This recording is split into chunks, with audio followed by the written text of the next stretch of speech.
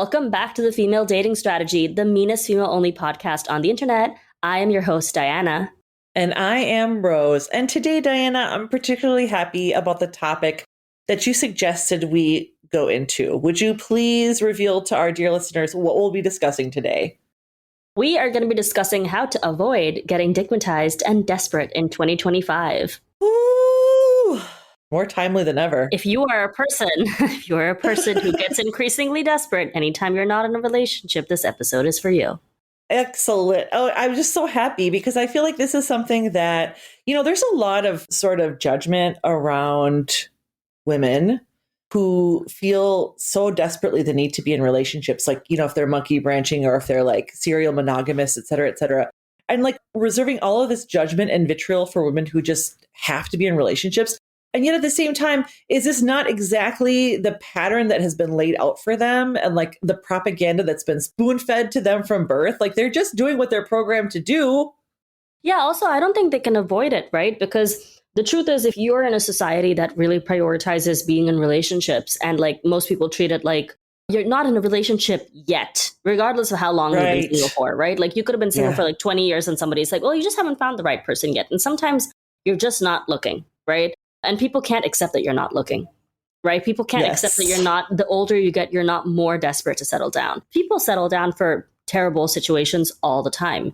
And so their rationale is like, why don't you settle for something terrible too? Like this idea that you lose a bargaining chip the older you get, as opposed to gaining more wisdom is just so funny to me because the more women age, even the women who are married, most of them will tell you themselves that they're like, I don't think that was any real benefit to me to being married. It's like, I just do all the work and I have none of the joy, Or even if they love them, they're like, you know what? If I would have never married him, I would never have gotten married. Like once he's gone, that's it. I'm not going to look for another one. Exactly. And I mean, even women who are married happily will tell you that it's a lot of work. Like it's a lot of work to be married to a man, especially in 2025.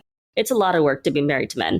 And like I had this discussion because, this new show came out called Adolescence. And, obviously it's talking about like this incel culture and like how it affects really young boys. But I was also talking to a bunch of my friends who have been single for a little while. And like, we were discussing recently about like why they still felt so comfortable being single as opposed to the people they interact with on a day-to-day basis where like, I'm not comfortable. Like if I'm not in a relationship, I need to be actively hunting for another relationship. And they weren't able to relate to them. They were like, oh, I don't know why they have to keep chasing them.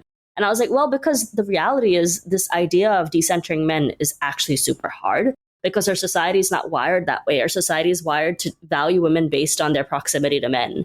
And so to abandon that and to rebel against it makes you an outcast depending on the society. Not every society is comfortable with single women who are successful. I think, honestly, of course, it's not going to stay that way. But for a very long time, America was a society that like was okay with that. Was okay with women being single, and single women became like a really large and powerful bracket. They had money, they had homes. That's not the case in most countries. And that's specifically not the case in like any developing country. And that's also why there have been such moves to push back on that in the United States, right? Because it's given women worldwide too many sort of like uppity ideas that they would get above their station. God forbid you not rely on a man for, a roof and everything else under it, right? Everything. Yeah. And so they're like, oops, maybe we let things go too far and like letting women have financial autonomy in this, that, and the other. But I like how you explain it. It's so true. There is actually so much prejudice against women just simply standing on their own, not to mention if you're a lesbian or any other, category other than heterosexual. But also paired heterosexuality, right? A heterosexual woman who is paired, who belongs to a man. And so like to introduce this topic, ladies, it's not like we're judging those of us who have gone through this or who are currently going through this. We're coming at it with the spirit of love and understanding and compassion and hopefully opening up our eyes to the ways in which we can really avoid these pitfalls going forward because it's only going to get worse. I think under the current regime, I think there's a rise of far right and fascism across the globe. And the underpinnings of that always rely on, the group in control, having women under the boot, right? Because we're to be the servants and the handmaidens to this like ideological wet dream of male supremacy. Yeah. And the longer you go with being single, like if you're not interacting with a lot of people and then suddenly you meet a bunch of people who are like, why are you single? Why aren't you doing this? Why aren't you doing that? Like, you have to have a pretty strong constitution to avoid having to listen to everybody else's bullshit about what they think is right for your life. It's not just about decentering men, it's about decentering other people's opinions in your life. Because you might not have to interact with men at all in certain circumstances. Like, I have a relatively male free life. Same. It's wonderful, isn't it? Yeah, yeah. But it's uncommon. It's very uncommon in this day and age. Very uncommon. It's very uncommon in my country as well that I live the kind of lifestyle that I live. And then, I will go and meet other people. And then I realize, oh, wow, yeah, I live in my own self created, very comfortable and peaceful bubble. Like, I live life on my own terms and I'm a self driven woman. That's really rare. And I meet other people who are not wired or driven that way. And like, they're really conscious. Like, I mean, they're very conscious of the fact I'm different from them. They're very concerned as well. Like, why aren't you? Is there something wrong with you? Are you secretly a lesbian? Like, what is your reasoning? And it's like, well, I mean, I just hope I have a marriage as happy as yours. And I say this to the most miserable person in their marriage. And I'm being hella sarcastic because I'm like, you know what? Like, it's none of your business why I do the things that I do. Like, I champion other people's happiness in their marriages. Like, if you're happy, I'm happy for you. Okay. Yeah, we don't go prying into your like private love lives. But that's the thing. Women and women's choices are like, they are public property and they are, public scrutiny. Everything that we do is held up to public scrutiny. And we're rude if we push back at all. Like, I'll never forget my lifelong bestie. She and her sisters all married their high school sweethearts to varying degrees of success. I mean, you could argue that they're successful and that they're all still married, but like they're all in various degrees of misery, right? And like I remember one time I was visiting home and I went to her parents' home and we were all sitting around the table and her sisters came on over because everybody lives within 20 miles of the grandparents. And they were all sitting there bitching about their husbands, like my bestie, her two sisters, and her mom. So 4 women, various generations, all bitching about their husbands. And they turned to me and they're like, well, and Rose, when are you going to get married? Like, aren't you worried you're never going to get married? Like, it's way overdue. And I was like, well, I don't know, ladies, with the way y'all are talking about these marriages, I can't say that it gives me a lot of excitement or interest. And they're like, no, no, no. I mean, obviously we're going to complain and vent, but like, it's worth it. And I'm just like, well, if you say so, but I just kind of let it die out from there. But I just thought it was so ironic that they sat there for like a solid hour and were just bitching about these men and their marriages. Well, they have to justify their choice, right? And it's like, if you say bought this really expensive item and it starts glitching the first week through, but you threw down like $500 to buy it and you don't have a warranty for it, like you're just so excited to buy it, you were like, okay, yeah, I'm going to buy it, but I can't return it to the store. Well, the good thing is in real life, you can always return the man back to the store where you found him. But but in this case, you have to justify your purchase to other people and make it seem like it was a real investment, right? Otherwise, you're $500 out the drain. So like, why would you do that? Right. So I think a lot of people feel the need to justify their choices and they expect single women to justify their choices too. But I think that we keep peddling this thing of like decentering men. I honestly think a lot of people will benefit if they just decenter other people's opinions in general. Like, men aside, you have to learn how to decenter women too, because not every woman has a plan for you that is actually going to be helpful to you. I mean, a lot of these women, they're carrying water for the opposition. I mean, they are the handmaidens and like the front guard of patriarchy. Because if anybody has not read Andrea Dworkin's Right Wing Women, Andrea Dworkin, one of her books is called Right Wing Women. And it really explains, it breaks down like the ways in which, women, even if you're under the boot, like at least if the boot is a little wealthier or like comes off your neck, like from time to time when you have your spa days, like more women are willing to sign up for that than to sort of be left out in the cold and to be outcast and the odd one out from society, because it can be very painful. Let's not downplay the fact that, living an unconventional life does not have its pains and its challenges, And so when we talk about like being dickmatized and how we can become free from that, what as Diana is saying, it's so important that we not just decenter men, but that we decenter all of these external voices. I mean, this is why I like Buddhism so much. Buddhism's like, whatever anybody else thinks has no bearing on your life whatsoever. In fact, even what you think about yourself really has very little bearing on your life, because life will be lifing and the world will turn on its axis whether you think of yourself one way or another.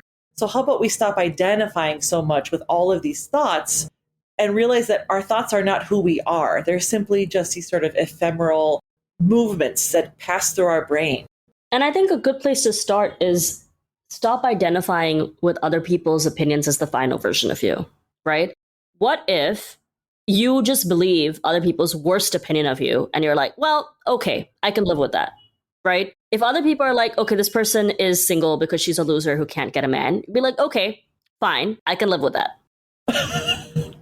And in fact, you already are living with that. Because you need to take the power out of these perceptions from other people. Other people are going to perceive whatever the hell they want about your relationship, right? I mean, in the same vein, like I can look back at that person and be like, this is a loser who was so afraid of being alone, she actually settled for a loser. I think that's a bigger loser. Oof. In the competition of losers.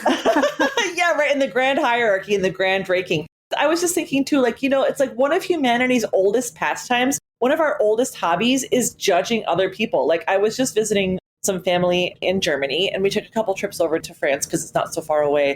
And when we were in France, I was looking at, all the cafes they have and all the chairs that they have outside where all the backs are to the facade of the restaurant so that all the chairs are facing outwards. Like none of the chairs are seated so that the people are looking at each other. The people are all looking out. And that reminded me of this joke. And I told it to my sister-in-law and I was like, do you know why the people in France always sit with their backs to the restaurant? And she's like, oh, so they can people watch. I said, no, it's so they can sit and judge. That's what they're doing as you're walking by, they're just sitting there and judging you. And that is literally how they pass the time. They're like smoking and having a coffee and judging every single person who walks in front of them. And that is this instinct as old as time. And so I understand like why, feeling judged is, especially as women, it's something that we're really taught to fear, right? It's one of the ways in which they really keep us in line, right? But I think that's why it is so powerful when you're able to start to break free from these fears and these constraints that other people's opinions hold over ourselves. Because at the end of the day, we're the ones who have to live with ourselves. They go home, whatever their lives are, and you go home and you have to live with yourself. And that's, I think, at the end of the day, what we really need to be centering at the end of it all. It's the French admitting that they love to judge. That we need to be more like that. Yes. I don't even think French people have a problem with knowing that you're judging them. They're like, no, this is my constitutional right. We fought for it at the Bastille. Yeah. It's literally like, it's who we are. It's the air we breathe. We listen and we judge. And sometimes we guillotine. It's the air we breathe. It's like the water we swim in. It's just how it is. And I feel like so many times we're trying to swim against the current, and sometimes that has its merit. Okay, being a feminist, you're swimming against the current, totally worthwhile. But like, you think you're going to somehow change all of humanity, that you don't have to deal with their judgment anymore? It's what everybody does. Everybody loves to judge. And honestly, I wish people had better judgment. I would rather people worry more about improving and refining their judgment versus doing away with it altogether, which is completely unrealistic. And this comes back to our episodes that we've discussed about self-confidence, right? Like, why is somebody else's opinion more valuable than your own, right? Imagine, okay, you just accept that this person thinks the worst of you. All right, will you die? Will the police come and arrest you for this person's low opinion of you? I mean, if you're not living in a country where that's the case, you're fine, Right. The worst that they can think about is you're a person who wasn't picked. And who wants to be picked by these loser men? I mean, as long as your money is still in the bank, who gives a fuck? I get it. It is hard. It's hard not to give a fuck, Diana. Yeah, it's hard not to give a fuck about male validation because we've been wired from childhood to care about male validation. But, like I always say, you know what? If you can't handle this advice, go and make the mistakes. Go and be stupid. Go and learn the hard way. Go and seek their validation. And then learn for yourself that, getting dickmatized, that is not the way of life. You're going to wind up in this exact same position on this podcast, like maybe a month later. You know what I mean? And you know what? Go and make the mistakes because I'm not going to judge you harshly. I'm going to judge you with love and care and in the hopes that I can encourage you to make better choices next time. I am going to side-eye you, but I'm going to mind my own business about it. Ooh, minding your own business. I love that. That's such an undervalued art and science. I wish more people would just learn to like mind your business, But no, it's so true. It is really important that if you need to make these mistakes, go forth and make them. Like that's what growing up often is, And I think it was only after I had like kept hitting my head against the wall again and again and again. And finally it was like, you know what? I think I'm kind of done with making these mistakes. Like I think I got to wise up a little bit. And that's around the time when I discovered FDS. And it was like, oh, this is where I've been going wrong all these years. Yep. You come here when you're ready to hear the advice. That's the thing, right? Like we can't force you to take our advice. If that was the case, the world would be a really different place, right? We're not really in a position of forcing people to, subscribe to our agenda. Because we know that the people who are here are people who are preaching to the converted, True. hopefully, True. or on the verge of being converted, right? Yes, come to our side. Yes. Yeah. And so we can't help you if you're like, no, no, no, no. But what if I just date this guy and like I split 50-50 with him? Like, will he love me more? You know what, girly? Like, there's nothing we can do to stop you. It seems like you've made up your mind on what you want to do. Go ahead and do it. Go ahead and do it. And then we'll still be here for you 3 months later when you realize why that's a bad idea. Absolutely. It comes back to our point about working against your patterns. If you have a pattern of behavior where every single time you get out of a relationship, the second that you've been single too long, you start getting anxious and you have to jump right back into a relationship, that has less to do with wanting to be in a relationship and wanting to find a good partner and more to do with your own sense of loneliness and your own sense of desperation. And let me just be very straightforward here. Desperate women don't attract good men. No, they only attract predators. They have a sense for it. Like, don't forget that men have millennia of conditioning on their side to be able to sniff out desperate and vulnerable women. Like, that's their catnip, man. That's their hobby. And they will use you up and spit you out. And that's just an everyday run-of-the-mill matter for them. Whereas to you, it might be something that really devastates you. And honestly, I think that's where it always comes down to me. Like, this is why I can't help but always, even though I judge, I can't help but feel such compassion and heart empathy for so many women who just, they're just trying their best. And they just think that if they can just like crack this code or, do this one extra thing or pick them up one more time from work, like there's no end to like the sort of pretzels like that we will tear ourselves into, not pretzels, like the knots we will just turn ourselves inside out trying to figure out like how to crack the case of solving, warning his love and affection and eternal like devotion. They just think if they could just do more that they will somehow magically make it happen. And I really wish that could be the case because I think so many women make the effort and I want them to be rewarded for it. But like that is literally the reward you will get for that is a kick in the face. Because are you a news enthusiast but tired of getting lost in the chaos of political headlines and feeling overwhelmed by hours of coverage? Tune into our podcast, where we take today's political news and break it down. Get ready to feel informed, not frustrated. Your daily dose of clarity is just a play button away. Join us at We Told You So and finally make sense of the news.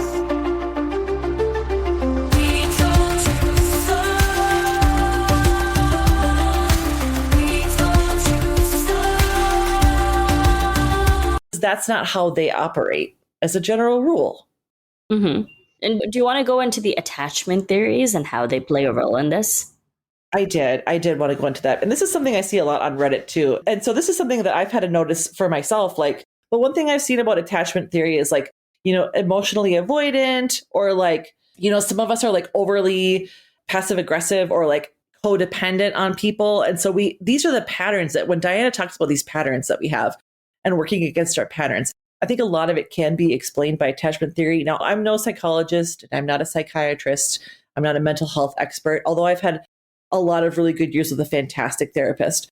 But, having to learn, like, I always have this like overly attached personality where I'm like, if I feel like we've connected on a level that, is just immediate, I'm going to automatically believe that you're like a good intentioned, pure hearted, decent person. And that's going to put me at a disadvantage. Then I already have sort of like this veil over you where I'm not actually seeing you for how things are, but how I'd rather want them to be. And I think this is something, Diana, you've talked about too in the past, where it's like, when you're having a magical date, is the date actually magical or are you the magic? Yep. And, the other aspect of it is your childhood and your relationships with your parents affect your attachment really like a lot. Correct me if I'm wrong. My perception was that more men tend to lead towards avoidant attachment and more women tend to lead towards anxious attachment. Yes, which is like the worst possible combination. Mm-hmm, mm-hmm. Because you're both bringing out the worst in each other, right? Because like the more anxious you are, the more you're trying to prove yourself and like push yourself into their sphere. And the more they're just going to want to avoid and like withdraw. Mm-hmm. And I think it's really important to address the root of anxious attachment in women. Because I think it comes from having to over-justify and over-explain ourselves in our households when we're growing up. If you grew up in a very patriarchal family system, you didn't just get to be. You didn't just get to exist. You know what I mean? You had to justify your choices to the people around you. And that puts you in a perpetual justifying and people-pleasing mode with other people where it's like, well, no, the things I want are things I want. Like, they're not going to affect you. Like, they're not going to hurt you. You're in a constant apology tour of like why your needs are actually necessary and not apologies. And so I think that that does put you in, again, it comes back to the point of being desperate, right? Like nobody is attracted to desperation. The more a man detaches from you, that's why we say like leave at the sign of the first red flag, so that you don't form attachments with people that are unnecessary and then continue driving yourself down a road that's going to get you hurt, right? If you approach it from a position of desperation, which can also be seen as an anxious attachment, the second somebody withdraws from you, you're more likely to run after them. And it's going to drive them away. It's actually not going to get you closer to objective because that's how they're wired. I don't sit here making excuses for men. If he's avoidant or whatever, like that seems like that's a him problem. And that seems like something that he's going to have to work with his relationship counselor or whatever, because at the end of the day, that's going to prevent him from having healthy relationships too. And I can only focus on one of us having bad relationships. And right now, that's going to be me. Hello. Thank you. I wasn't sent here to help save men from their bad decision making, but I can save myself from bad decision making. And so that's the thing. You have to understand where your anxiety comes from, if from not being accepted in a relationship, or especially wanting male validation early on in the relationship before you even formed something. Like I know a lot of people who make a lot of concessions early on. Like I've had to listen to a lot of friends be like, I made all these concessions early on because I thought if I made these concessions, he would love me more. Like I did things I wasn't necessarily comfortable with. You know, I let him like use things in my house that I wasn't comfortable with. Like I invited him super early. Like I formed all these, I let him move in, blah, blah, blah. Like all of these things that then became really hard when the relationship went kaput. Because again, men don't value what they didn't have to work for. I think this is something that women have a really hard time grappling with, because we don't see relationships as something to be earned. We see relationships as something to be poured into. Men don't see it that way. Men see the relationships as things to be earned. It's transactional. Yeah, if you don't make them do the work for it, they just value it less. It comes down to the same thing, right? Like we value water because it's free. But tomorrow, if all the water in the world was charged, now we have a premium for it. Now it becomes a much more valuable resource because there's a price on it. Right. It's such a good point. And something that has really had a healthy impact on me, and this is something that my therapist had to work through with me on. We've talked about this, Diana, how like both of us tend to have the good fortune of just like making friends wherever we go. But with my background and like my attachment, my anxious attachment style, they weren't always good friends. In fact, a lot of times they were really poor choices in friends, because it was like, I just need to have friends. I don't have a man. So like friends need to become the center of my universe. And so as I've gotten healthier and healthier and really kind of dove into, you know, the underpinnings for why I'm doing what I'm doing and why I've had the friendships I have, or how some of the friendships I've had failed so spectacularly, so hurtfully, trying to understand all that, what I've really started to do now in my current life is really just examine the dynamics with the friends I have. And I've seen, you know, more and more, and we've talked about this before, but like more and more I'm seeing how there are plenty of these relationships where like these people were happy when I was miserable, and they could either like help me or patronize me or like, you know, assume some sort of position of superiority over me because they had their life together in this way, or they had a husband, or they had a career. And if these were the things that were really troubling me, like, you know, they had that sort of like benevolent patriarchy attitude, even if they're women, sort of like this idea of like, oh, you poor thing, I'll help you out. But now that I'm getting better and stronger in so many more ways, there's a lot of dissatisfaction with them towards me. And I'm starting to realize like, oh, it's because of this dynamic that they liked when they sort of could lord over me all their good fortune. But now that good fortune is coming my way, for some reason, they're not happy about it. Like, what does that say about this friendship? And so for many women, like if this is a challenge for you to do with men, totally understandable. If that feels like it's too high level at this point, maybe drop it down and start to really examine like the friendships that you have, both the close ones and the more casual ones. And just look at those dynamics and sort of the power plays that are occurring within them, and see if it's actually healthy or if it's more of this sort of anxious or avoidant style of relating to others. I mean, if it's a problem with men, it probably is a problem with other women and friends as well. Like this pattern doesn't just come out of nowhere. You know, I mean, I know some women who are able to maintain boundaries with women where they can't with men, but chances are with certain kinds of women, you're not able to maintain those boundaries either. And you're probably going to have to explore that, right? Because at the end of the day, like, it's so easy to just go and be like, go to therapy, work on your attachment patterns. But I don't know, sometimes I feel like therapists also coddle people and like tell them, you know, to make excuses for male behavior and just like deal with it. But I don't think that that's always helpful. I think sometimes, yes, you have to develop a backbone and hardline stances. And being desperate is the opposite of having a backbone. If you're in a position where you're constantly vying for male attention and you go everywhere with the mindset of like, oh, what man will notice me? You're not fully present in that moment to begin with, to enjoy yourself. And it comes across to like, I mean, if you think that men can't smell your desperation, they absolutely can. They're like fucking sharks in the water with chum. Okay. You are the chum. That's why they gravitate towards women that they know are insecure and desperate, because they know that they can get away with doing whatever the hell they want to her, you know? The level of contempt and indifference you need to be able to handle men, to be able to actually, extricate the one good guy out of the group, it's a high level tactic. It's not something that comes without any kind of experience or practice, Like, it's very strange to see what I do as decentering men, because the truth is, that would make the assumption that they were in my orbit to begin with, to decenter them, Yeah, we've moved beyond that. We definitely have. It's like all I do is I center myself these days. And that's like, there is no man involved in that equation. It's just all about me. And not trying to have it be necessarily like totally selfish and self-serving, although I think more women would definitely benefit from that sort of attitude. But it's more of just like a healthy ego sense of like, I'm looking out for myself. I'm being as healthy as I can. I'm working on the healthy friendships that I do have. I'm working on making sure I'm walking my dog and like getting fresh air every day. It's a very different kind of centering myself as opposed to decentering an entire gender, which really is ancillary to my existence. But honestly, I think more women could benefit from being selfish. And I think there's nothing wrong in it. I think that we've just shamed women into being seen as selfish. And so it's another fear that women have about like, oh, but I don't want to be seen as selfish and self-serving. And it's like, who doesn't have a problem with being seen as selfish and self-serving? Men. All the men. Every man. Men you're trying to date, they don't care. And I mean, that's why they have happier outcomes, because they make relationships work for them. They don't really care how it's perceived outside. Like, they don't really care if people outside. Like, that's one of the things that you should actually take from them. They don't really care how the relationship is perceived outside. They don't really care if like other people think that they're selfish and stuff. Like, have you noticed how quiet people get when men are downright obnoxious to their wives and girlfriends, and people are like just sidestepping the issue and being like, it's, they might talk about him privately and be like, oh, I don't really like the way that he treats his girlfriend or his wife. But very few people actually confront in that time that the guy is doing something wrong, because we've kind of accepted it that like that's how men should be treating women. And so we're perfectly fine with the world where men are perfectly so like selfish in their desires with women, like, reprimand them for that at all. We don't do anything about that. But for some reason, if like a woman is not even being selfish, just asking for basic needs like acknowledgement and compassion and, just reciprocity, we're suddenly evil. And I'm like, that's what I'm saying about embracing the worst perception of yourself.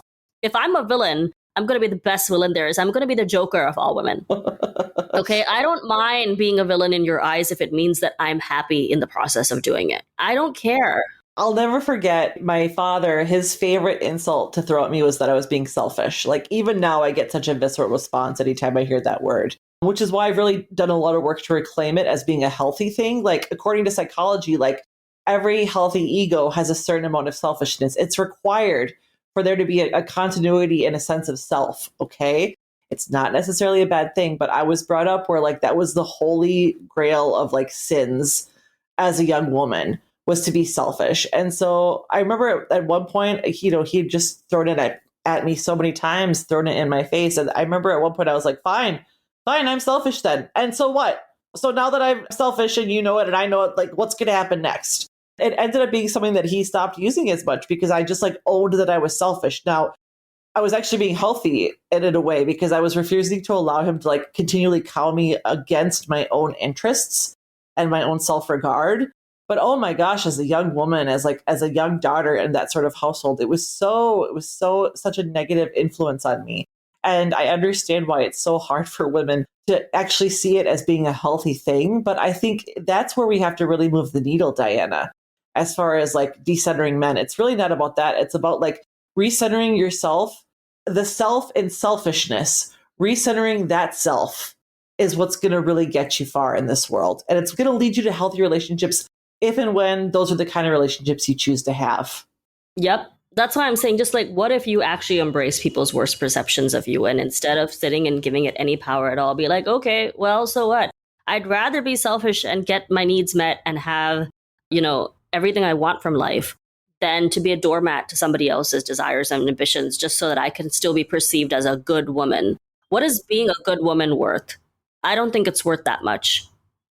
Being a good woman is how you wind up 6 feet under, to be honest with you.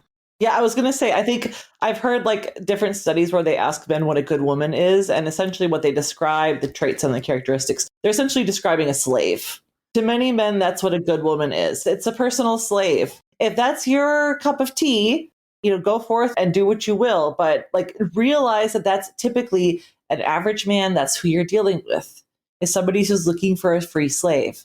This is why we're saying we have to be so careful to be avoidant of these scenarios and of being dickmatized and of just falling prey to this siren myth of like the right man is going to make everything in your life so much better and you're just going to finally be living the life that you've always dreamed of. Like the life you've always dreamed of is the life you're living right now because you're actually alive and living it. Like what is more of a dream than that, But we're always taught to be looking to some imaginary tomorrow, like some golden age that will come to pass once we've fulfilled XYZ. Instead of actually understanding that like the life you're living right now, right in the here and now, is the most wonderful possible gift you could ever be given because you're in it. Mm-hmm. And you're treating your life like a half life because you're like, oh, my life will start once I get a boyfriend, or my life will start once I get a husband. And like, you need to really figure out how to not drive your entire sense of self-worth from just proximity to men. It's more than decentering them. It's actually finding value in yourself. Like, it's not about decentering men. It's about centering yourself. Correct. I think I remember I was like maybe in my early to mid 30s. I finally had some good therapy under my belt and just wasn't finding success in the dating world. And I remember like at one point I was like, oh my God, what if this is it? What if I just never find love? And it was in that tone of voice. And then I was like, but wait, what if this is it? Is this all I'm going to like make of my life? Because I somehow feel like I should be eternally waiting for my life to start until I find like that one person. Well, if that ever happens, am I just going to have wasted my whole life waiting for something? Like, wouldn't that be the real tragedy? And it was with that mentality shift that I really started to get my head wrapped around the fact that, like, my life is my own. I can make of it what I will. It can be a dream. It can be my paradise. But I have to let go of this fantasy that somehow having one other person in my life, one other man, will somehow make everything complete. I need to become complete and whole in and of myself. And that's when things really started to cook. I had the same thing happen to me over COVID where I was like, oh, what if I'm alone? And instead I had like my inner voice start to laugh like really loudly at me. And I felt really ridiculous for vocalizing it because I was like, no, what if I die alone? And it just started laughing. And I was like, because you know what I started thinking about? I was like, any single time I wanted to do a group holiday with my friends, I was always the one that had to plan everything. And when I was a kid, I was always the one that took initiative. And I remember like my dad, he used to get like these complaints from other parents being like, oh, she's too bossy with the boys. She doesn't let, she just makes decisions for them. And my father was like, she's not bossy. She's just got executive skills. Because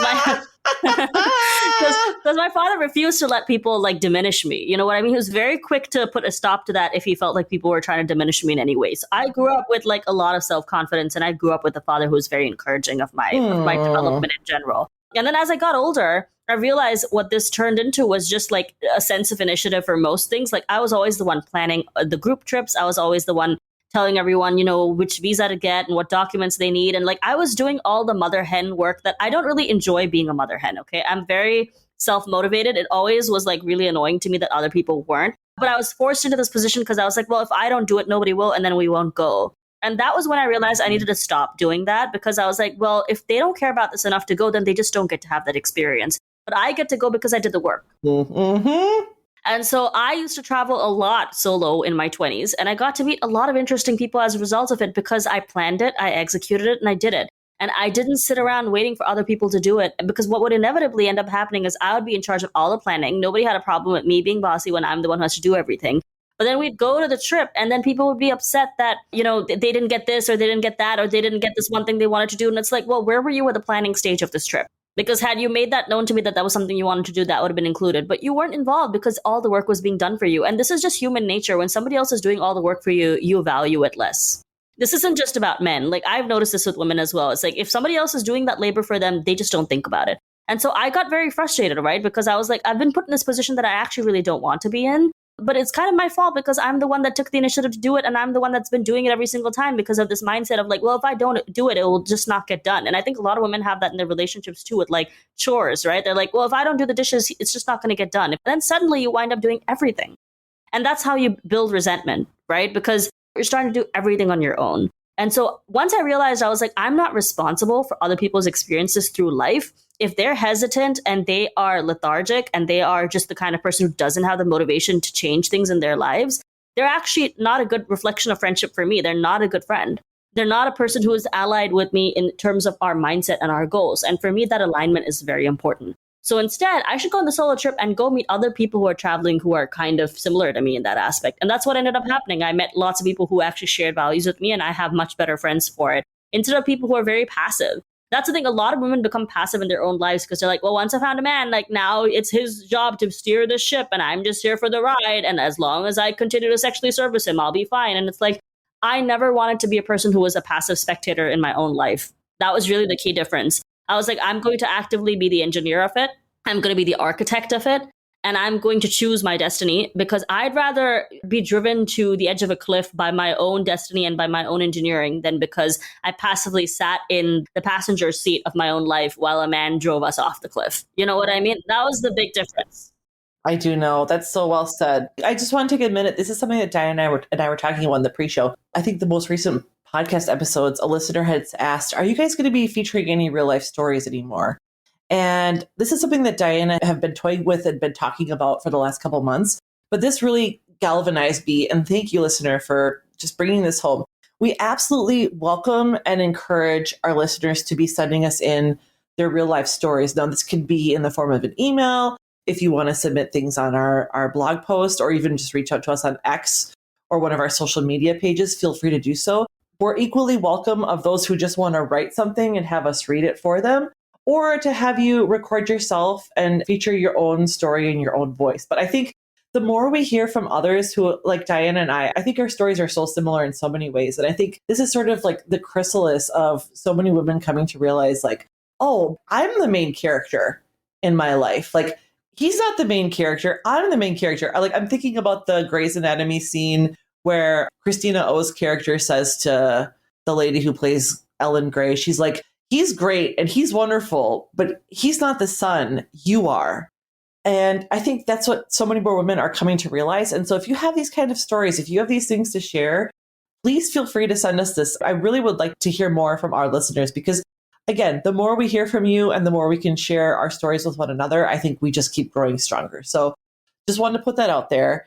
And Diana, at this point, I think we should pivot to talking about you are what you eat and maintaining a healthy diet when it comes to social media and media in general.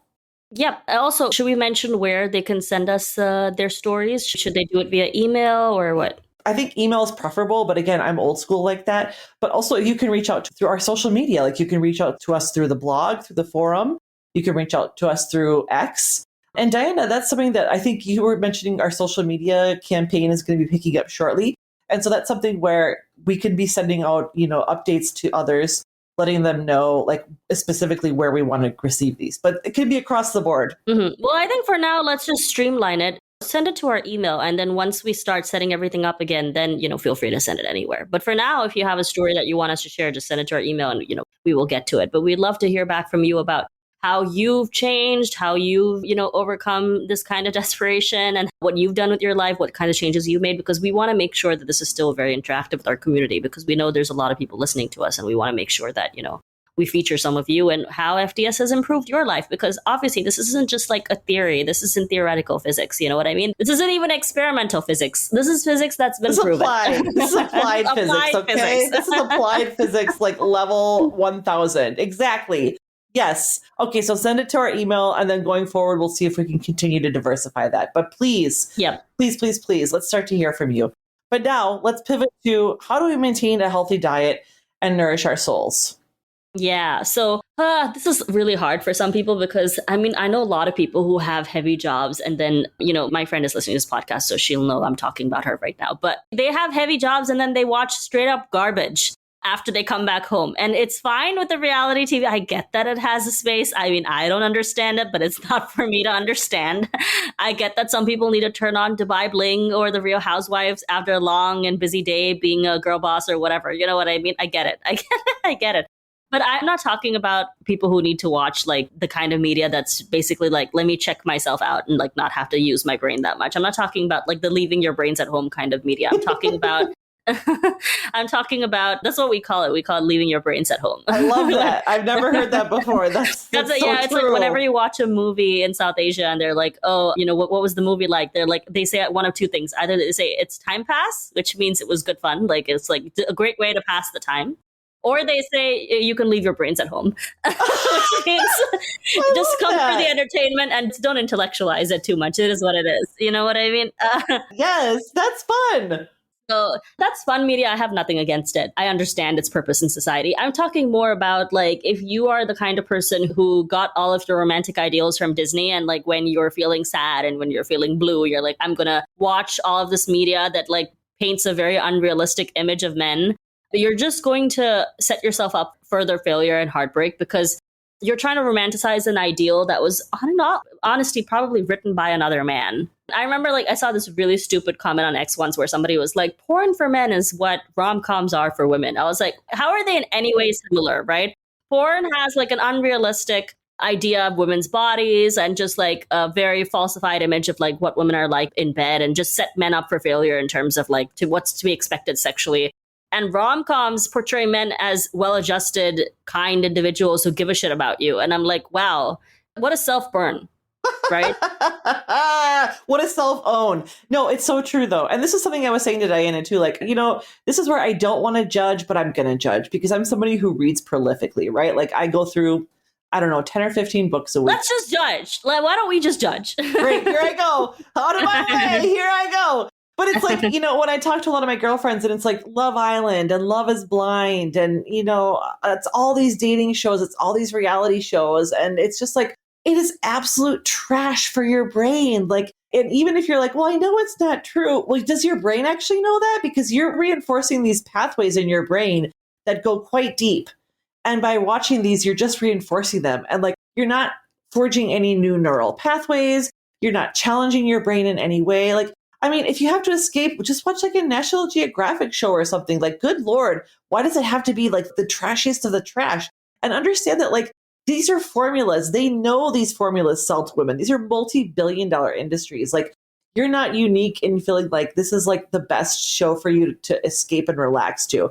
But I also think like you have to realize like if you are what you eat, by eating all of this trash, like by dedicating the free time that you have to such pablum, like you're dumbing down your soul. It's not even the brain, it's your soul. You're corsifying your soul. And we just have to be a lot more specific and selective around what we are consuming, because I think we're really seeing like society-wide just this like degradation of society because everybody's just watching the shittiest shit that they can possibly find. Yeah. And I mean, that's the thing, right? Like we say that it doesn't have an impact, but like I remember years ago, there was this case in Australia where there was a guy like who stalked a woman, and his justification for it was that he saw that in Bollywood. And so because he grew up in that culture of watching it on Bollywood, he thought it was okay to stalk this woman. And guess what? He got off. Yeah.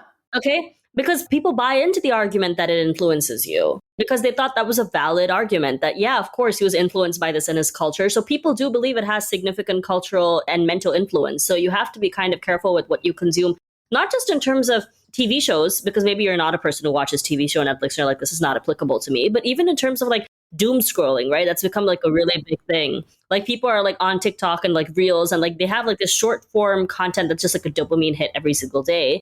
And like, for example, recently, I don't know why, but I've been getting a lot of Selena Gomez and Benny Blanco things on my TikTok. And like, I've tried to like be not like, click on not interested and try to like, configure my algorithm to not get this content because I'm obviously not that interested in Selena Gomez's relationship in general. Yeah. But one of the things I noticed, I mean, having seen her perform her relationship with Justin Bieber and the relationship now, right? I was more concerned with and more interested with the comments than the actual video itself. And the comments really intrigued me because it was a lot of women being like, now this is a man, like this is the perfect partner. Like honestly, based on what they've said in their media about their relationship, I don't think he's all that high value or anything. Like I think he kind of still does a lot of bare minimum. I'm not like completely impressed with Mr. Blanco. And again, it's not my relationship, not my circus and not my monkeys. I don't think Betty Blanco is listening to this podcast. So I don't think I don't think my message is going to go through to him. Because at the end of the day, they're celebrities. They don't occupy the same realm as us. But what was very interesting to me was that there were a lot of young women romanticizing him and being like, he's so much better than Justin. He's so much this. And I'm like, to me, they strike me as two sides of the same coin. I don't think they're any I don't think they're any different from each other. Like, he's from the same industry. He's got like some of the same flaws. But what was interesting was it was all women and no men on those comments. There were no men being like, guys, this is how we should treat our girlfriends in 2025. Benny Blanco has set the bar for us and this is what we need to be. It was women being like, oh my God, so romantic. Like, God, I've seen what you do for others. I want this for myself. Again, understand that the perception that celebrities are creating for you about their lives is not real life. You have no idea what their actual relationship is like. And trust me, if you are in that relationship, you would probably not want to be in it because you don't know anything about them. But you don't know anything about them except what they choose to share with you on social media. And this is what I get really like upset about, that people are like, oh, these influencers are part of that larger molding of culture, right? It's not just TV shows. These people are also setting the bar for you for what you should be accepting in your relationship. And all we know about this woman is she had a very terrible relationship with her previous partner. And so by that metric, any relationship she has with the guy who's remotely nice to her is an improvement. And you can see that it's all the women being like, oh my God, he's so much better. And he made her a fat tub full of nacho cheese and got her favorite pickles from Texas. And like, you don't hear, you know what? You don't hear men being like, damn, Benny Blanco, you made me realize I should go get my girl pickles from Texas. Like, that's not what happens, right? Men are not influenced by this. Men don't look to other men as models on how to treat their relationships. They look to people like Andrew Tate there who are like, how can you get away with giving women less? Yes. And that's the big difference, is that men are not in the comment sections of relationships being like, oh, setting the bar for all of us. It's always women romanticizing a person they don't know. Because we are the market. Exactly. We are the market. We are who it's targeted to, and we are the ones who consume it. And it's known, right? Exactly. That's why you are what you eat, because you need to stop falling for other people's lies. You need to stop falling for people's perceptions of what their relationships are, because you are not in that relationship. This is also being marketed to you, by the way. Them being portrayed right now as America's sweetheart couple, like America's genius music producer dating America's sweetheart. Like, that's a PR gimmick. Like, they might have, obviously, they have a real relationship, of course, but let's not pretend like it's not being, heightened for the media. Like, you have to be mindful of that as well, because I think these days, like, again, attention spans have shrunk. Not as many people are watching TV as they are watching and consuming this kind of short form digital content media, like, Reels and TikTok and stuff. And honestly, it's very easy to like scroll and lose hours. Like, that's happened to me before, and like over COVID, like that's happened to me. That's the crazy part. Like, during COVID, when I was unemployed and I had nothing to do, I would be on TikTok being like, okay, I'm just going to be there for like 15 minutes. And then suddenly the next thing you know, it was the end of the day. That's wild. That's so crazy. That's how addictive it is. And so I had to put limits on my phone of like how long I can be on that app, because I know you can lose time on that. And so it can become very addicting to like live vicariously through somebody else's life. So that's why you are what you eat. And we've talked about this. We have talked about this. We've talked about this, like media literacy. This is part of media literacy. We encourage people to keep practicing it. Diana, I know we're just about out of time, and I'm starting to feel the jet lag from my recent trip overseas. Yeah, no worries. What do we need to wrap up with here? It goes back to you are what you eat. Understand that social media is also geared towards peddling. Again, the algorithm is inspired by you, right? If you're consuming content that tells you that you should be in a relationship, like the compulsory heterosexuality, yes, right? If it's telling you that you need to be doing these things, you're influencing yourself at the end of the day to like settle. It's not just like media and TV. Maybe you're not a person who watches TV. Maybe you're not that checked in with like what's going on in popular culture, but like you're still on the internet, and the internet is a space that is going to try to gear you to settle as well. So it's very important that you are intentional and conscious of what you consume and like the kind of media you consume and how it's helping you work like against your patterns, because you're going to have to rebel against your regular state of comfort. And that's hard for a lot of people. Yes. So hard. And this is something where we talked about, it's like being online and things like that. This is why it's so important that you begin to fill your life with things that fulfill you. Like not just touching grass, but like closing the screen and getting away to doing things that are like part of your life in your current present, things that are tangible, things that involve other people in your environment, things that get you to be part of a community. Because everything that's online is a false sense of sociality. It's a parasociality. And it's a faux intimacy. And I think that's why so many people are feeling this vast sort of hole in themselves, because they're not able to fill their lives with what's really meaningful. Exactly. And so, yeah, that's where we want to leave you at the end of the day. We want you to think consciously about what you're consuming. You are what you eat. And you are what you don't eat as well in this situation.